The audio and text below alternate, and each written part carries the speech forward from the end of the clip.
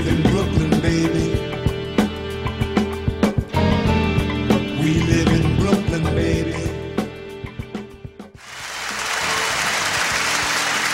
I guess the long, wonderful applause means we're back. Happy New Year there, Beats. Tell me something. Do you think we're going to be nicer to you in the new year? I will. I promise. That's my New Year's resolution, to be kinder and gentler. I give you my word. Really? I'm sorry. I think my microphone is messed up, Beats. I don't think I heard that properly. No, I've been, yeah, well, this is Insanity Check in year 2013, year of our Lord, if you are not an atheist.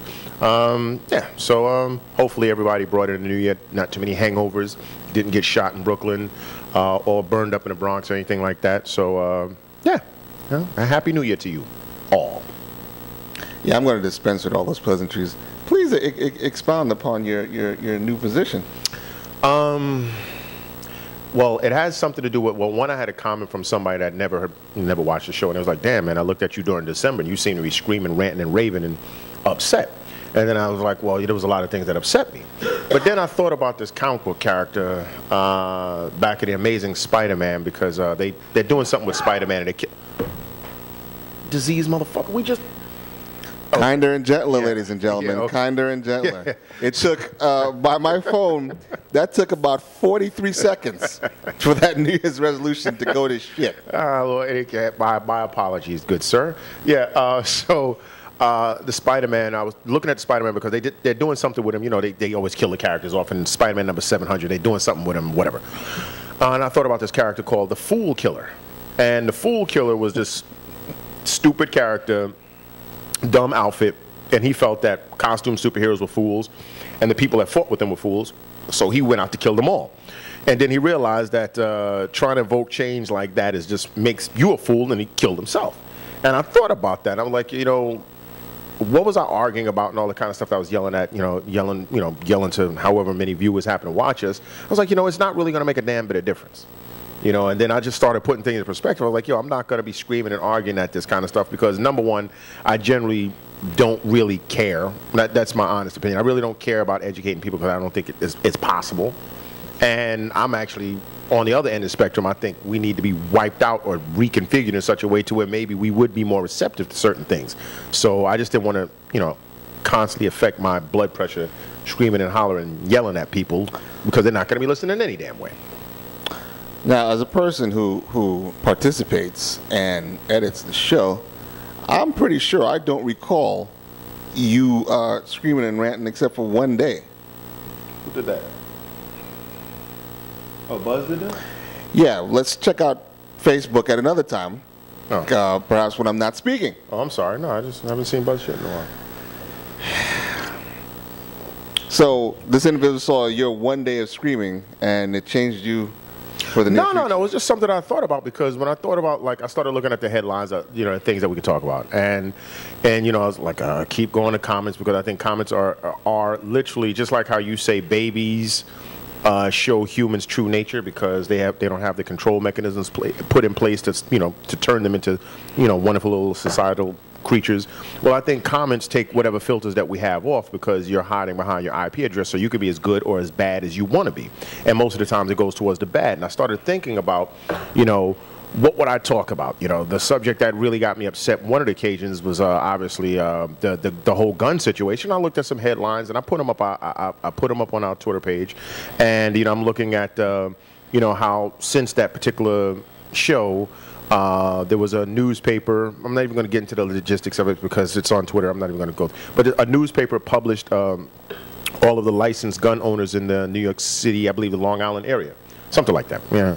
And people got upset and published their email addresses and their personal information, sort of like, you know, like a turnaround is fair play.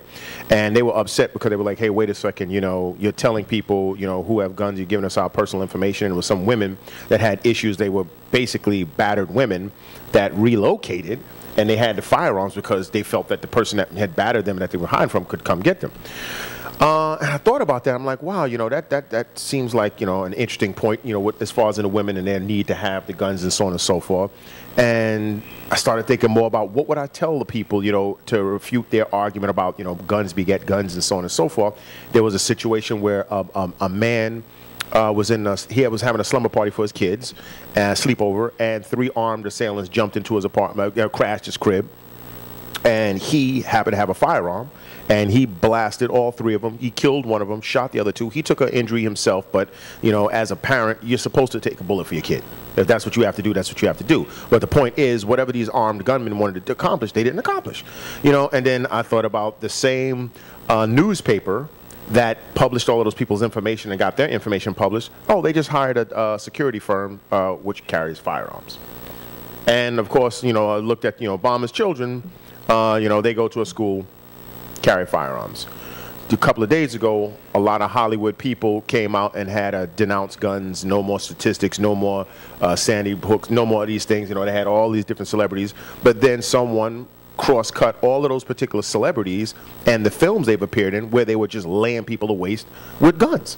So even if you show somebody that, if they still opposed to guns, they're gonna be like, whatever, I don't care. That's just their day job, even though millions and millions of people see these celebrities gun down people with these guns. And I'm thinking, well, if someone were to approach me with that, I might have some pause. I'm like, oh, that's a good point. But I don't think these people will. In India, after those dudes raped this woman raped her to death, basically, she died from her injuries, they said the women are actually trying to apply for gun licenses, but they have strict gun laws. It's almost impossible for them to get a gun there. But they're like, wait a second, clearly we can just be raped in broad daylight, beaten up on a public bus, thrown to our deaths, and rather than have that happen, maybe we might be able to prevent it one day by showing our gun, or maybe shooting an assailant or 2. And that sounds like a logical point, but that would fall on deaf ears. I'm positive it would fall on deaf ears. So I said, you know what, rather than scream and rant and rave, they can read about it on Twitter. I mean, because if I want to have fun doing what I'm doing here, I think I should talk about things that that won't make me feel more upset after I get it out. So usually when you get things off your chest, you should feel better. These things make me more upset because nobody's going to give a shit. Doesn't matter what statistics we give these people. It's just not going to matter. It's just not going to matter, in my opinion. So, do you see what you people have done? Do you see? A once proud, strong Negro male is now down to a Popeye's hat and a cup of titties. Mm-hmm. Yep. Whoa, what was the day? What was the day? Yep, and but for all the people that want to see this stuff, I'm gonna put it on Twitter. I mean, there's a lot of doozies here, a lot of doozies. Yeah, the funny thing is about this is that people tell me all the time, like, why do you yell all the time? Why are you yelling? Why you argue so much? It's not gonna do anything. It's not gonna change anything. And I'm like, but you people don't seem to realize I actually enjoy. For me, it is a release. Oh, it is. Yeah, it is a release to call said people, whomever you may be, morons, idiot, assholes. Pray for your death. Pray for your dismemberment. Pray for your crippling. See, I don't know. I just, because maybe like, how all you people pray that, someone will get cured from cancer, and you pray that, someone won't go down in a plane crash, even though there's 200 other people who may not have prayed, who God's waiting to kill them, but somehow your prayer is going to save your loved one on that plane. Maybe I'm just praying that, one of these things might happen, because as I said before, one of my favorite pastimes is watching idiots get hurt on the internet. Be it YouTube, this Tosh show, I love that. Whatever. Yeah, so so maybe somewhere deep down in my warm, cockled heart, I'm hoping for the dismemberment of one of you morons. But I don't know. I just feel good about it.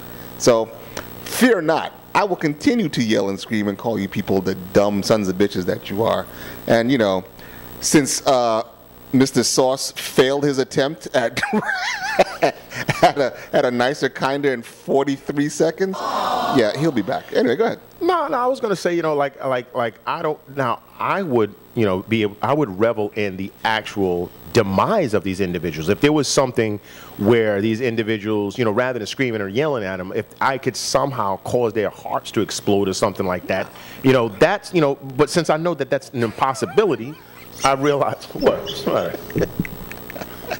No, go ahead. No, I realize since that's an impossibility, I don't want to really just put that much energy towards it, because I would really, because I find myself just imagining, like, like horrible carnage, which obviously is on a biblical scale, but it's impossible. It's not going to happen. It's not going to happen because of anything that I've said, and I would want it to be because of something I said. So you're not actually kinder and gentler. You're just not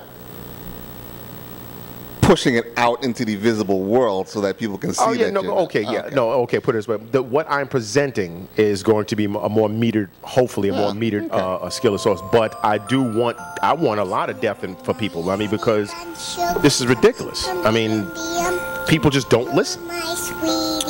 And now I can happily say, Happy New Year, everybody. Happy New Year. We'll be back in 2 minutes.